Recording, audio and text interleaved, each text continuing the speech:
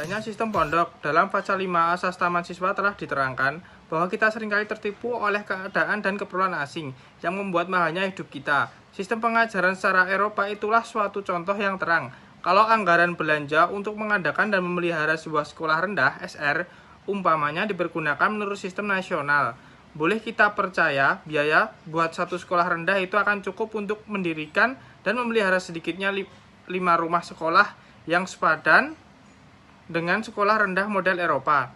Sistem pondok dan asrama itulah sistem nasional. Mulai zaman dahulu hingga sekarang rakyat kita mempunyai rumah pengajaran yang juga disebut menjadi rumah pendidikan, yaitu kalau sekarang pondok pesantren, kalau zaman Kabudan dinamakan pawiyatan atau asrama. Adapun sifatnya pesantren atau pondok dan asrama yaitu rumahnya kiai, guru, Ki Hajar yang dipakai buat pondokan santri-santri atau yang cantik-cantik dan buat rumah pengajaran juga. Di situ karena guru dan murid tiap-tiap hari siang malam berkumpul jadi satu, maka pengajaran dengan sendiri selalu berhubungan dengan pendidikan.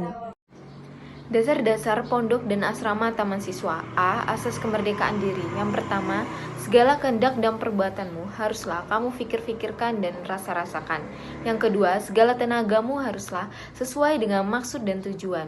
Yang B. Sendi pondok asrama. Yang pertama, pondok asrama taman siswa yaitu rumah-rumah pendidikan untuk murid-murid dan guru-guru taman siswa. Yang kedua, pondok asrama taman siswa dipergunakan untuk tempat kediaman anak-anak taman siswa. Keluarga sebagai pusat pendidikan. Nah, alam keluarga itu adalah suatu tempat yang sebaik-baiknya untuk melakukan pendidikan sosial juga. Nah, sehingga bolehlah dikatakan bahwa keluarga itulah tempat pendidikan yang lebih sempurna sifatnya dan wujudnya daripada pusat lain-lainnya.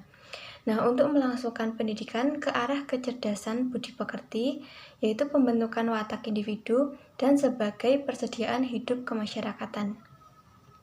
Pengaruh pondok atau internet pendidikan anak ialah kewajiban tiap ibu bapak yang sudah berlaku dari dulu dan saat ini masih juga terdapat di dalam golongan masyarakat. Kewajiban dan kepandaian untuk mendidik anak itu adalah kemauan kodrat hidup. Di dalam pendidikan, sifat peri kehidupan memberikan pengaruh yaitu pengajaran individual terpaksa diganti dengan klasikan, sehingga pendidikan semakin kurang, sedangkan pengajaranlah yang dikemukakan.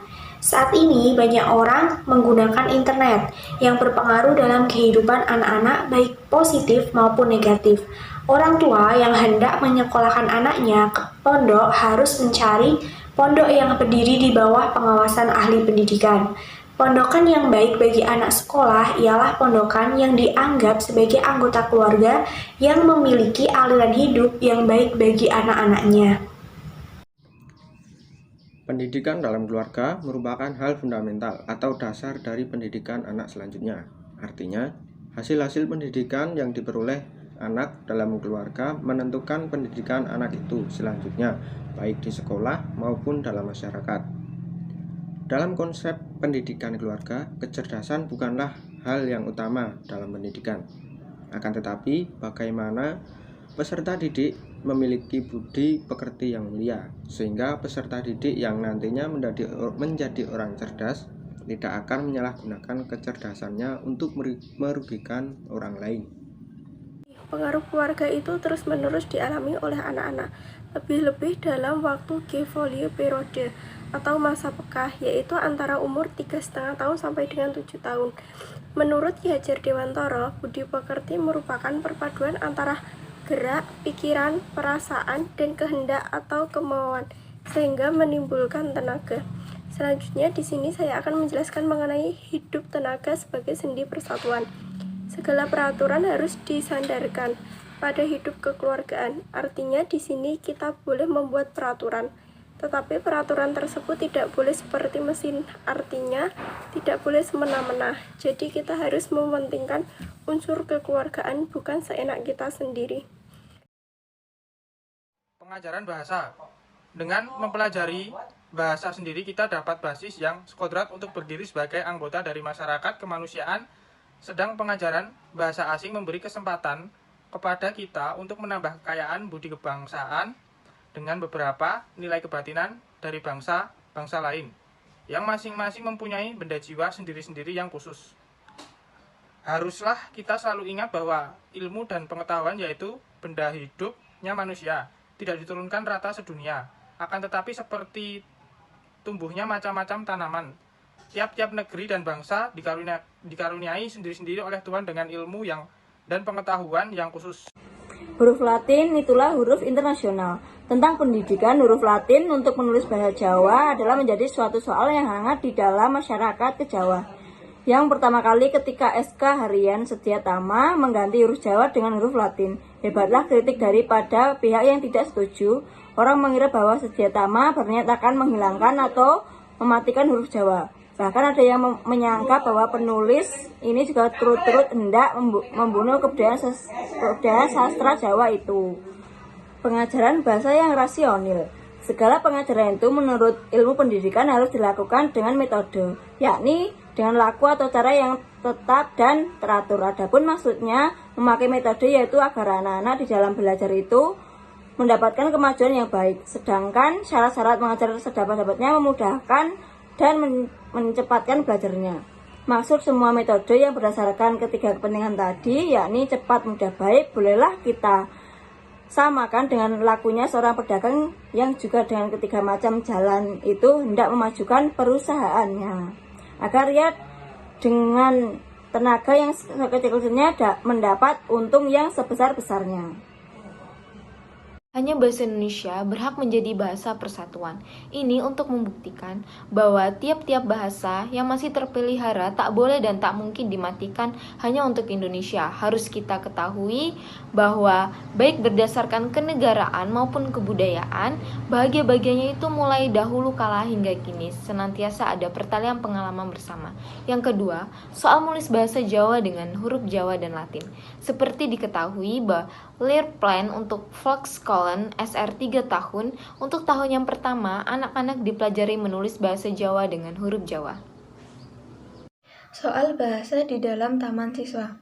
Nah, pengajaran bahasa Jawa pada perguruan harus sudah ada sejak lama.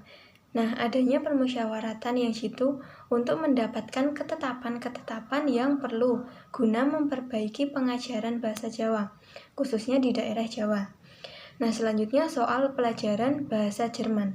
Nah, boleh atau tidaknya ini dari pemerintah tidak melarang, namun jumlah guru yang tidak memadai serta bergantung pada berbagai kondisi.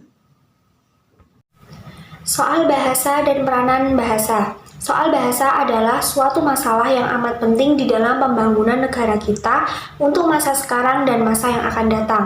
Bangsa Indonesia dalam soal bahasa berkedudukan lebih baik daripada Filipina dan India karena sudah lama rakyat kita melakukan persiapan dan berkat ketangkasan dari para pemuda.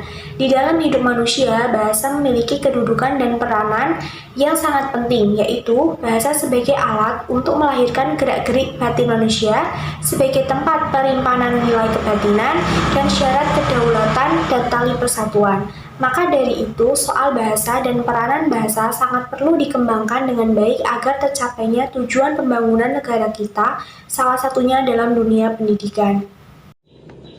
Bahasa asing yang bernilai dapat dijadikan sebagai pemicu perkembangan atau memperkaya kebudayaan bangsa. Bahasa asing merupakan syarat kita untuk memperluas pendidikan, terutama kita yang ingin menempuh pendidikan di luar negeri.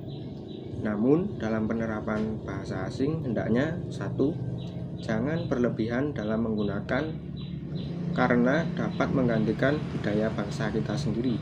Yang kedua, dalam dunia pendidikan jangan diberikan pada tingkatan kelas rendah. Sebagai contoh, bahasa Inggris sebagai bahasa internasional diberikan pada tingkatan sekolah menengah pertama. Soal bahasa Belanda merupakan soal perjuangan merdeka.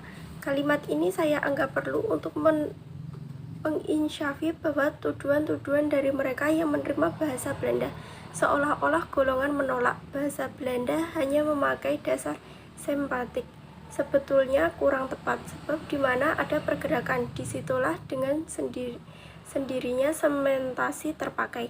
Dalam prinsip dan umumnya, orang berpendapat bahwa sebetulnya hanya bahasa Indonesia yang menjadi bahasa pengantar satu-satunya di perguruan tinggi, dan bahwa harus ada bahasa asing yang dipelajari mulai dari tingkatan SMP dan SMA untuk menghubungkan perkembangan kebudayaan bangsa kita dengan dahulu pada umumnya, khususnya untuk memudahkan para pelajar yang ingin meneruskan pelajaran dalam mana diperlukan bahasa asing tersebut. Sekian, wassalamualaikum warahmatullahi wabarakatuh.